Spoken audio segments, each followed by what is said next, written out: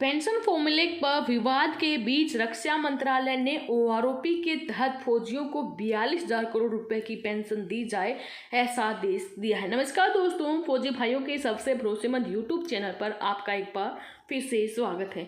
दोस्तों, रक्षा मंत्रालय ने कहा है कि ओआरओपी योजना के तहत 20,06,000 सेवानिवृत्त रक्षा कर्मचारियों को 42,700 करोड़ रुपए से अधिक की राशि दी जा चुकी है।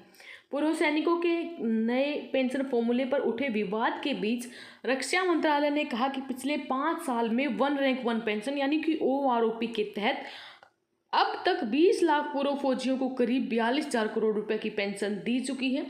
ध्यान रहे कि ठीक 5 साल पहले यानी कि नवंबर के महीने में ओआरओपी को लागू करने के निर्देश दिए गए थे। दरअसल कांग्रेस समेत अन्य विपक्षी दलों ने मोदी सरकार पर फर्जी राष्ट्रवाद पर अमल करने का आरोप लगाया। कांग्रेस का दावा है कि सैन्य कर्मचारियों की पेंशन कटौती कर सशस्त्र बलों का मनोबल गिराने का प्रयास किया जा रहा है। पार्टी के मुख्य प्रवक्ता रणदीप सुरजेवाला ने कहा कि शहीद सैनिक की वीरता और राष्ट्रवाद के नाम पर वोट बटोरने वाली मोदी सरकार सैन्य अफसरों की पेंशन काटने, सक्रिय सेवा के बाद उनके दूसरे करियर के विकल्प पर डाका डालने की तैयारी में है। इस बारे में सरकार की तरफ से बाकायदा एक लेटर भी मांगा गया है। दरअसल सेना का पेंशन बजट कम करने और सुपर स्पेशलिस्ट सैनिकों द्वारा बीच में ही अपनी सेवाएं खत्म करने पर और प्राइवेट सेक्टर में अपना करियर बनाने से परेशान सेना ने इसे निपटने का फॉर्मूला तैयार किया है। सीडीएस के अनुसार डीएम विभाग ने कर्नल और उसके ऊपर रैंक के अधिकारियों की रिटायरमेंट उम्र को बढ़ाने का फैसला लिया है, लेकिन अब इसी बीच यहाँ पर बीच में नौकरी छोड़कर जाने वाले सैनिकों को पूरी पेंशन नहीं मिलेगी, ये फैसला भी लिया है। मतलब कि 35 साल नौकरी करने के बाद ही सैनिक को पूरी पेंशन दी जाएगी। डिपार्टमेंट ऑफ मिलिट्री अफेयर्स यानी कि डीएमए ने एक प्रपोजल नोट तैयार किया है, जिसके तहत अब उन सैनिकों और सैन्य ऑफिसरों की पूरी पेंशन दी जाएगी जो कि 35 साल तक सेना में अपनी पूरी सेवाएं देंगी।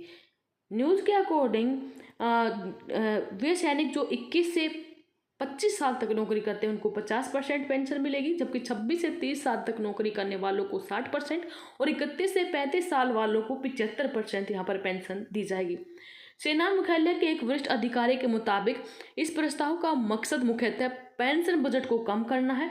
इसके अलावा उन सैनिकों अफसरों को प्रोत्साहन देना है कि जो कम से कम रिक्तियों के चलते प्रमोशन नहीं पाते हैं। इसके अलावा उन स्पेशलिस्ट और सुपर स्पेशलिस्ट सैनिकों को लंबे समय तक अपनी सेवाएं देना है जो कि सेना से ट्रेनिंग मिलने के बावजूद जल्द नौकरी छोड़ देते हैं। ऐसा देखने में आया कि स्पेशलिस्ट सेना में सेवाएं खत्म कर प्राइवेट और कॉर्पोरेट सेक्टर में अपनी यहाँ पर सेवाएं देना स्टार्ट कर देते हैं।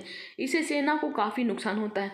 लेकिन क्या इस प्रपोजल से अच्छा गवर्नमेंट ये प्रपोजल देती, रक्षा मंत्रालय ये प्रपोजल देता कि जो सैनिक यहाँ पर ज़्यादा टाइम तक सेवा देगा उनकी जो पेंशन है उसके अंदर कई गुना यहाँ पर पेंशन में बढ़ोतरी की जाए, तो इससे सैनिकों को एक अच्छा प्रपोजल मिलता और उनको रिटायरमेंट के बाद नौकरी के लिए प्राइवेट सेक्टर में इधर से उधर नहीं भटकना पड़ता।